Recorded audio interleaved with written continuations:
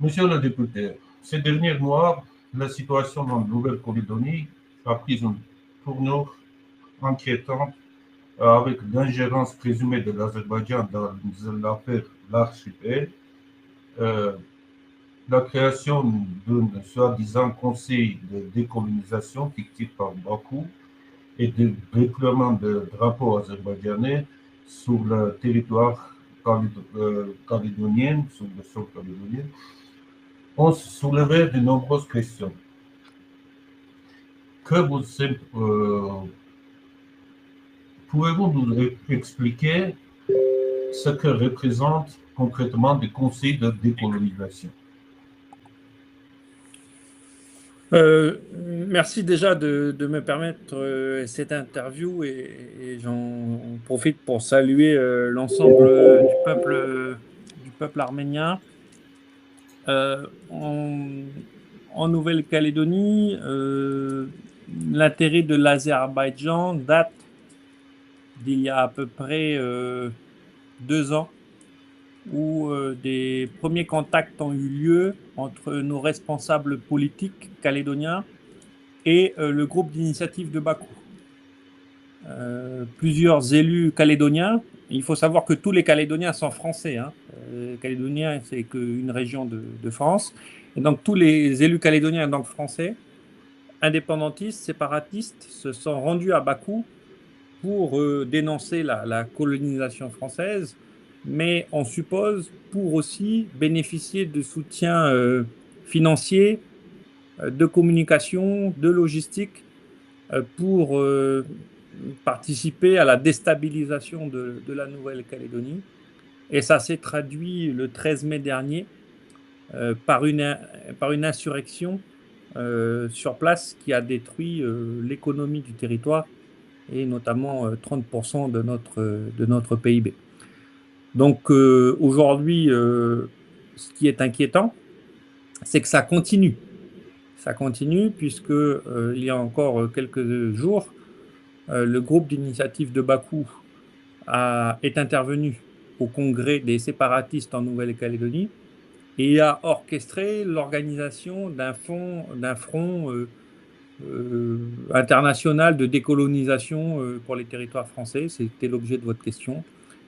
Et évidemment qu'on soupçonne que l'Azerbaïdjan soit directement lié à la création de ce fonds international de décolonisation, puisqu'il s'est constitué en même temps que les interventions du groupe d'initiative de Bakou et sous l'étendard du drapeau azerbaïdjanais.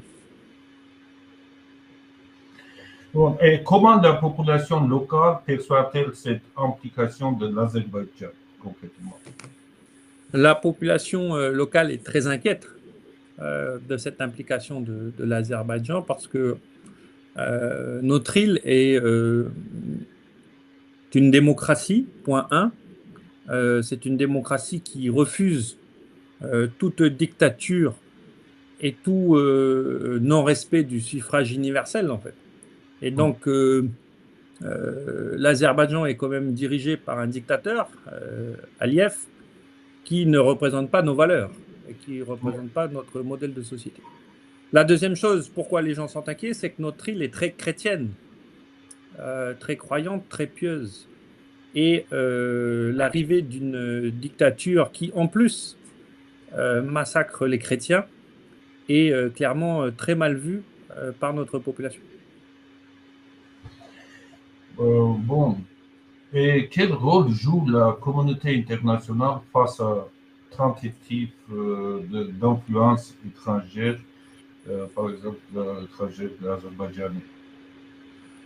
Malheureusement, la communauté internationale joue un rôle que nous considérons trop faible aujourd'hui, Oui, puisque nous avons dû effectuer un gros travail ici à l'Assemblée nationale pour que le ministre des Affaires étrangères français se saisisse du dossier et puisse alerter ses collègues. J'ai moi-même déposé une proposition de résolution européenne pour que l'Europe puisse en dire aussi quelques mots et dénoncer ce qu'il passe sur un territoire européen, parce qu'il ne faut pas oublier que la Nouvelle-Calédonie, parce qu'elle est française, est aussi européenne.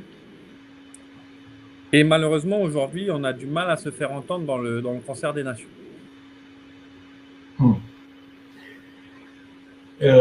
comment la Nouvelle-Calédonie peut-elle se protéger contre ce type d'influence?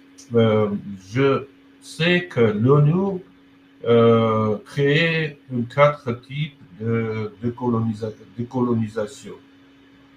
Et je sais que vous êtes spécialiste de cette question et comment vous souhaitez s'expliquer?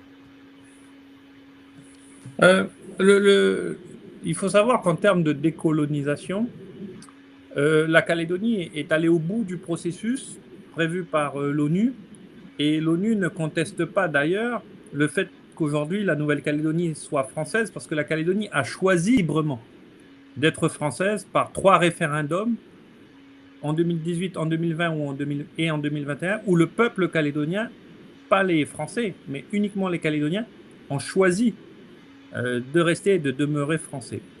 Donc, aujourd'hui, il n'y a aucune contestation possible, et d'ailleurs, ça n'est pas remis en cause par l'ONU, du fait que la Nouvelle-Calédonie soit française. Donc ça, c'est en termes de droit.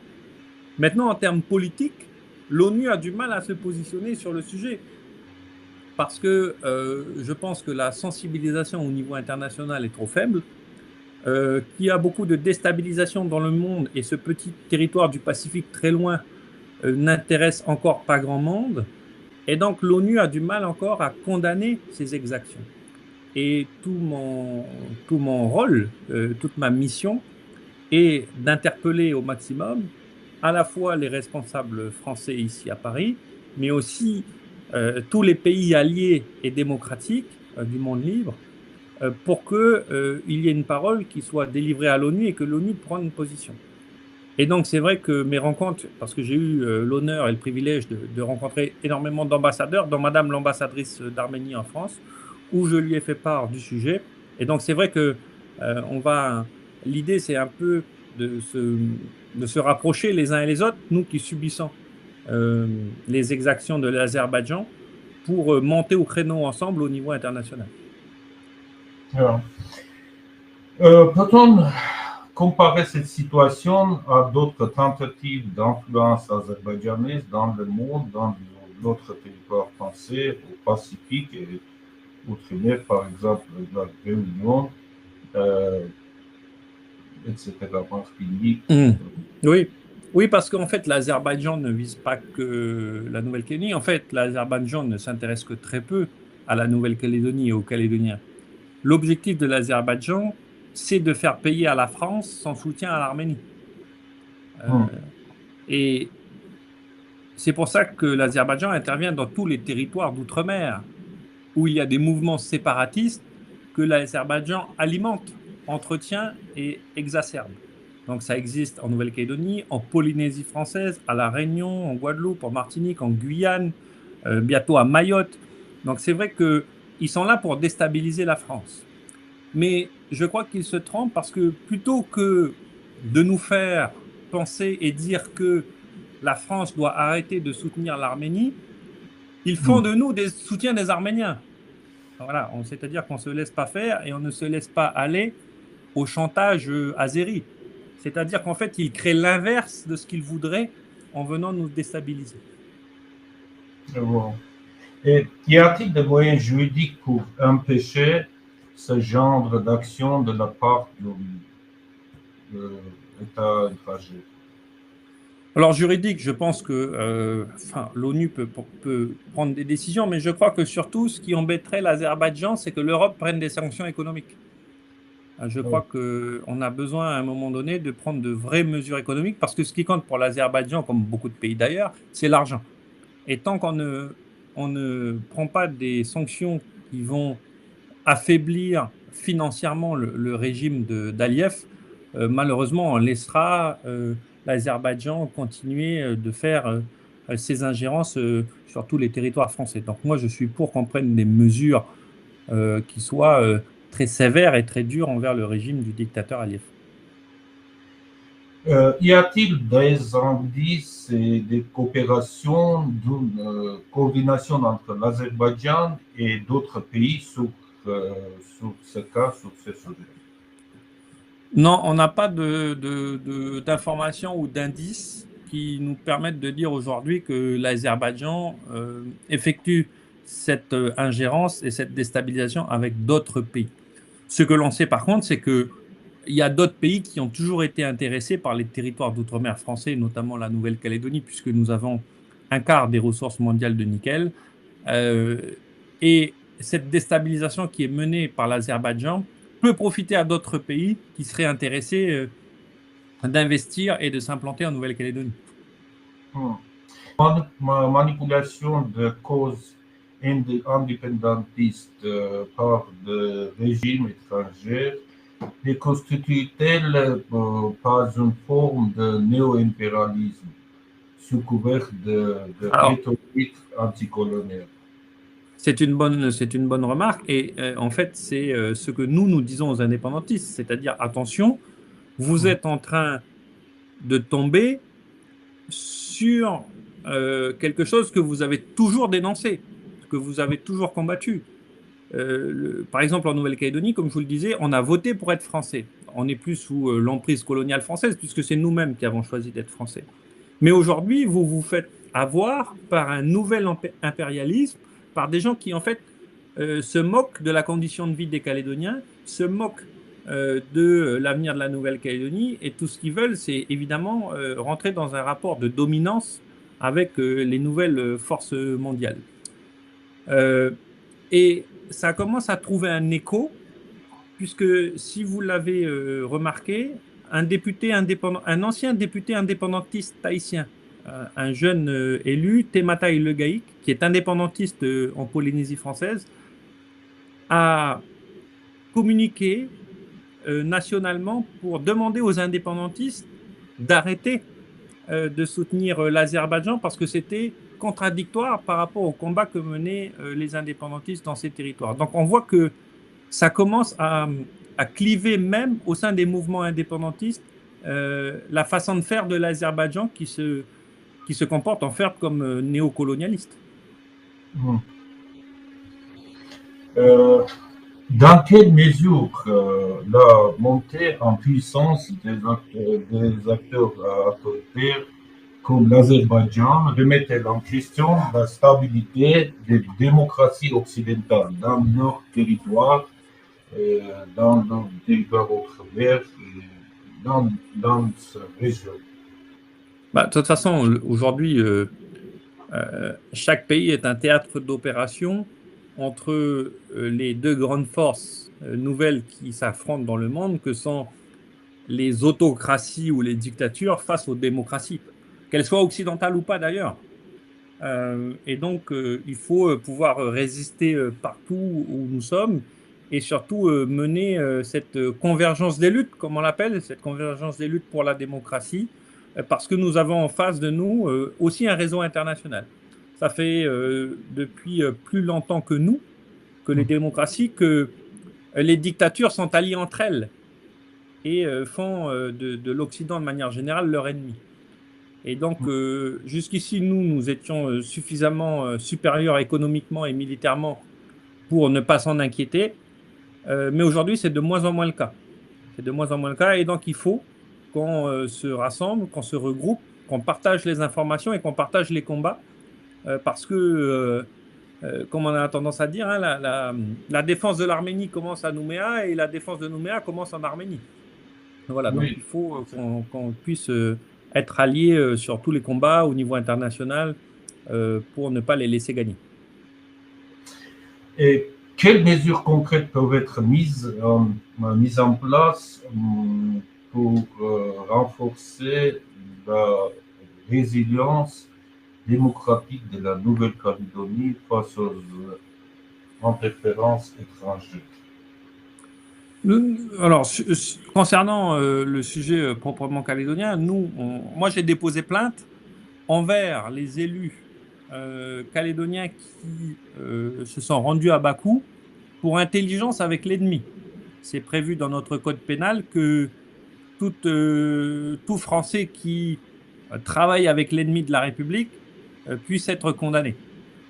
Et donc, moi, je considère aujourd'hui que l'action de l'Azerbaïdjan sur le sol français peut être considérée comme des actions de déstabilisation de grand ordre, en fait, et que donc tout élu français ou tout citoyen français qui travaille avec l'Azerbaïdjan doit être condamné pour intelligence avec l'ennemi. Donc moi, je souhaite que ceux qui travaillent avec l'Azerbaïdjan soient jugés et que l'Azerbaïdjan, comme je vous l'ai dit tout à l'heure, puisse être sanctionné par des mesures économiques coercitives. Y a-t-il un risque que cette situation crée des tensions durables en Nouvelle-Calédonie? Oui, bien sûr.